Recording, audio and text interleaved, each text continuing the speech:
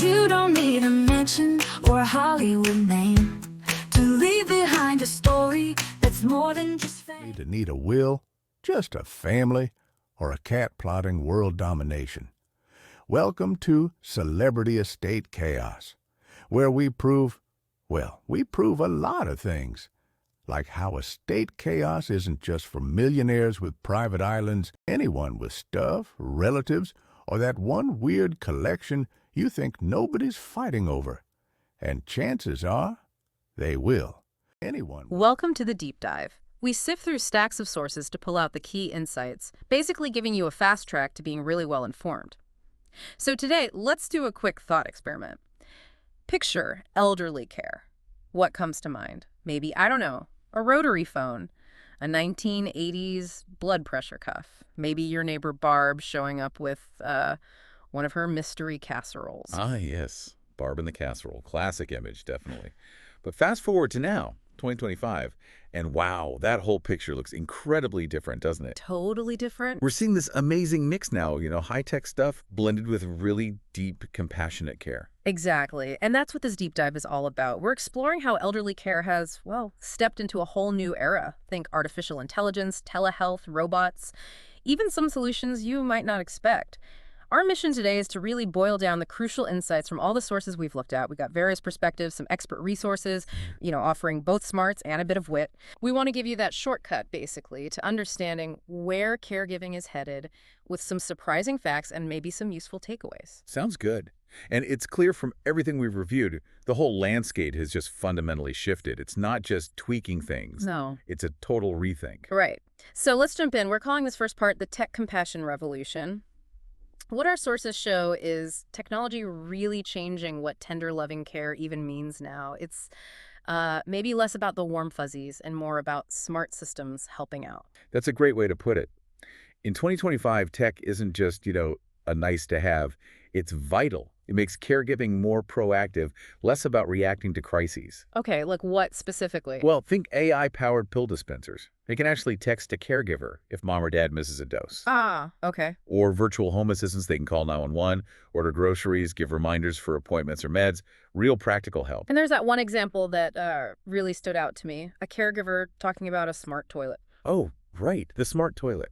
Yeah, tracking hydration, nutrient levels. The caregiver said it was weird, but incredibly helpful. And you might initially think, okay, that sounds a bit invasive. A little bit, yeah. But the insight there, I think, is how this seemingly intrusive tech can actually boost privacy and dignity. How so? Well, it monitors quietly, continuously. It gives peace of mind without someone having to constantly ask or check in. It's a different kind of oversight. That's a really interesting point. And it's not just like fringe tech either. No. The stats back it up. 1 in 3 caregivers now uses some kind of tech-enabled device every single day. 1 in 3. Wow. Yeah, that number alone tells you how mainstream this has become really fast. So if that much tech is involved daily, that probably leads us to virtual care, right? Absolutely. That's the next huge piece. Our sources all pointed out that, yes, the pandemic kicked it into high gear. Right. Everyone remembers that scramble. Totally. Telehealth use shot up like 38 times higher than before 2020. But the key thing is, it's not going away. Stuck. It's here to stay. Virtual care is just part of the toolkit now. And it's more than just calling the doctor on video, isn't it? Oh, much more. It's expanded. We're seeing things like online grief support groups, specifically for caregivers or family members. Okay. Virtual physical therapy, some using motion capture tracking to check if exercises are done correctly. Wow. Even digital memory games, designed to keep seniors' minds active and sharp. And for you listening, just think about the convenience. I mean, no more fighting traffic for a 15-minute appointment. Right. Or navigating crowded waiting rooms. Or the sheer difficulty sometimes of getting an older person out the door and transported somewhere. It's huge. Yeah. There's something really nice about picturing, your grandpa beating his high score on a brain game app, sitting comfortably at home in his fuzzy socks. Yeah, exactly. Okay, so virtual care is big. Where else is tech showing up? You mentioned robots earlier. Are we talking like the Jetsons? Well, maybe not quite Rosie the robot serving dinner yet, but some are calling it the Jetsons application of home care. And honestly, we're getting closer to that vision than you might think. It's becoming practical. So like robotic vacuums that can clean around a wheelchair. Yep, exactly.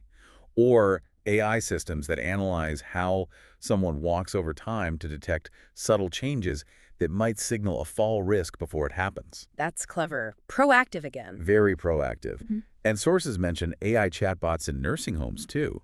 Not replacing people, but providing personalized conversation, companionship. Interesting. What about actual physical help? Yeah, assistive robots. They're starting to help with things like medication reminders or fetching small items, a glass of water, the TV remote. Okay, so simple tasks. Simple, but they make a difference. It frees up the human caregiver, right?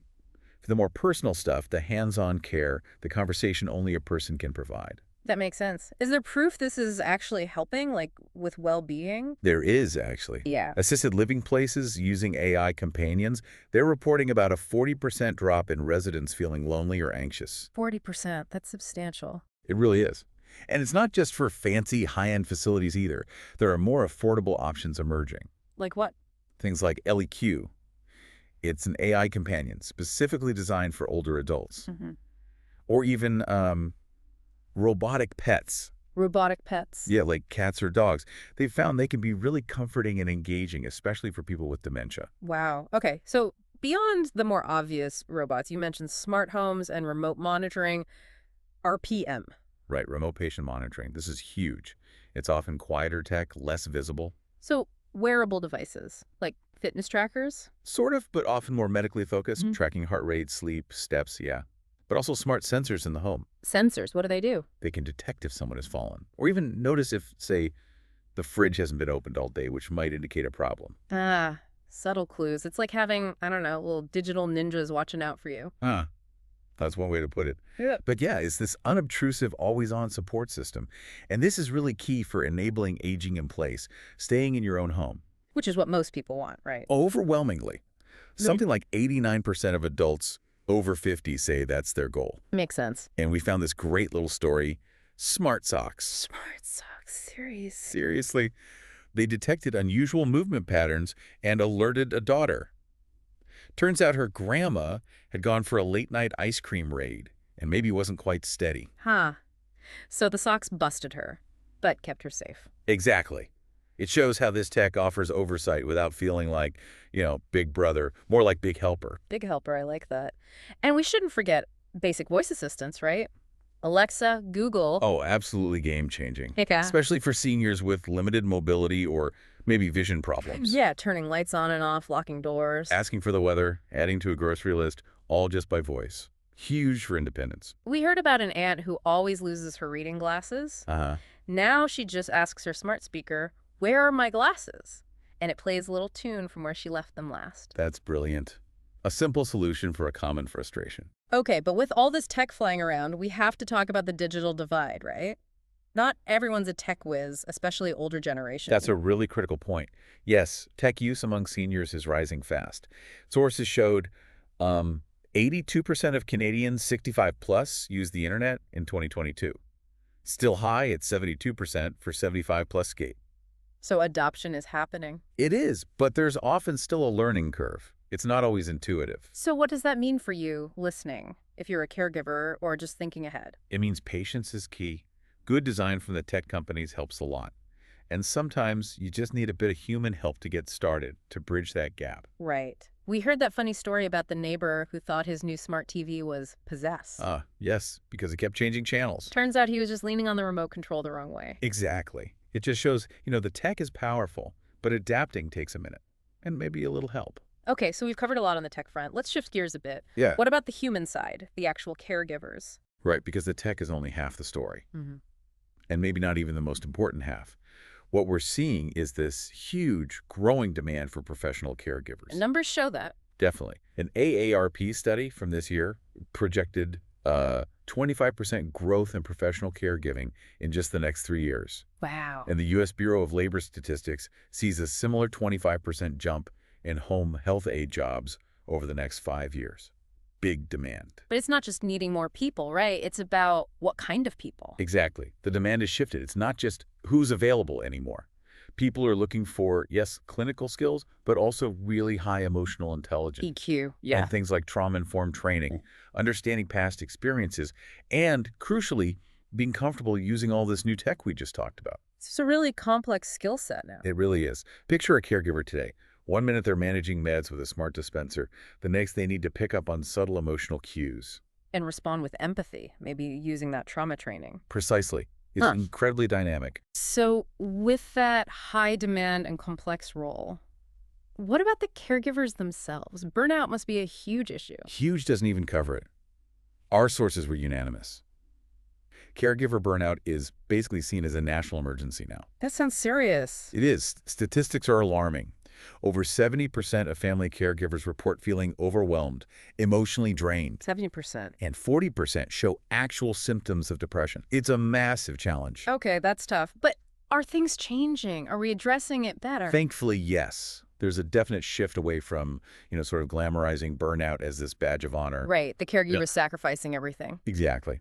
The focus now is much more on actual practical solutions. Like what? Well, respite apps becoming common. Burnout. Prevention checklists, specialized coaches, caregiver wellness coaches, Okay. meditation apps tailored for caregivers, wearable devices that track stress levels, thriving online support communities. So the message for you listening, especially if you are a caregiver, Is that self-care isn't selfish. It's actually essential. It's non-negotiable for doing the job well.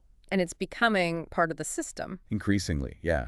Like a wellness coach might help you pinpoint your stress triggers, schedule tiny breaks, find local respite care. So moving beyond just talking about it. Right, active prevention. Mm. Caregivers are really being encouraged now to pause, breathe, maybe eat something that isn't a granola bar wolfed down in the car. Oh, yeah. We're even seeing things like burnout journal apps or Mhm. support groups with names like, caregivers who cry in the shower, creating safe spaces for honesty. That honesty seems key, which probably links to respecting the emotional side of it all. Deeply connected, yes. Mhm. That's another crucial shift. Really acknowledging the emotional labor involved. It's not just physical tasks. It's intense emotional work.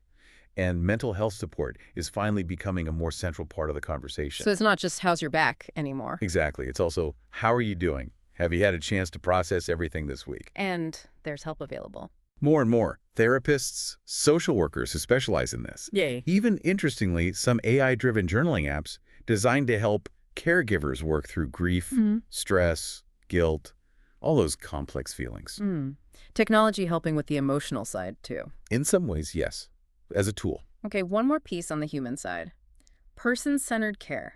That sounds kind of jargony, but what does it mean now? It basically means treating elders like the unique individuals they are. It's getting a real glow-up, you could say. A glow-up, okay. Yeah, moving completely away from any kind of one-size-fits-all approach. It's about recognizing their hobbies, their quirks, their life stories, and building care around that. I love that. We found that great story about Uncle Fred, Oh, Uncle Fred, yes. who, let's say, wasn't a fan of routines, hated schedules. Definitely marched to his own drum. So when he went to assisted living, the staff didn't try to force him into their timetable. They noticed he liked to read late at night. Right. Instead of fighting it. They set him up. A comfy chair, a good lamp, a stack of mystery novels. And Uncle Fred, who apparently grumbled about everything. Was happy as a clam, staying up reading till 2 a.m., then sleeping in. Content. It's such a simple thing, isn't Yeah. it? But it shows how powerful it is to just acknowledge and accommodate who someone is. That's the heart of compassionate care now. It really is. Okay, so pulling all this together, the tech, the human side, what's the big picture for the future of caregiving? I think the core message, looking at 2025 and beyond, is really clear. It's not about choosing between technology and humanity, love or lasers, as you said. Right. It's about using smart tools in service of human dignity, using tech to provide care that's actually better, more responsive, and, more humane at the end of the day. Synergy in action. Exactly. Like using VR, virtual reality, to help someone with dementia revisit a cherished place from their past. Wow. Or creating those emergency voice commands for immediate help. It's tech enhancing the human experience. Now, we should be realistic. Challenges still exist, right? Yeah. Staff shortages, costs. Oh, absolutely. Those are very real issues, and we can't ignore them. But the direction of caregiving is undeniable. It's evolving fast, getting smarter, kinder, and yes, more automated where appropriate. But even with all the robots and sensors. There's still that unchanging core. No tech, no matter how smart, replaces the human heart. Yeah. It doesn't replace love, genuine compassion. It's still a field where it's okay to cry sometimes, to laugh, to just figure things out as you go. So if you're a caregiver listening right now, maybe feeling overwhelmed, Please know, you are definitely not alone. You're not invisible. you're part of this huge shift, really, a movement that's reshaping elder care, trying to blend that human heart with the smart hard drive. Well put. Yeah. And caregiving now, in 2025, it isn't just about surviving the day. Yeah. It's becoming more about finding smarter ways to navigate it, softer ways, maybe even funnier ways sometimes. Right, it's about being tired. Sure, that might not change. Probably not. But maybe being tired with Wi-Fi, backup chargers, and hopefully a better handle on your own mental health because the support is improving. Exactly. And if you want to dig deeper into these topics, the sources we used were really fantastic. Where should people look? Check out Tina Ginn's books on caregiving emergency preparedness. Titles like The Caregiver's Uh-Oh Handbook, Too Late to Panic, and Shake, Rattle, Regret. Oh, handbook, I like that. Yeah, they're very practical, very real. And she also has more content on her Spotify and YouTube channels. Definitely worth exploring. That's a wrap for today's chaos. If you learned something, laughed a little, or now feel slightly more prepared for life's curveballs, we've done our job. Don't forget to like, share, and subscribe to our channel and follow us on social media. Catch us on Spotify, YouTube, and anywhere podcasts make you rethink your to-do list. Thanks for tuning in. And remember, if it's important and unexpected, we probably cover it. Stay safe, stay curious, and we'll see you next time.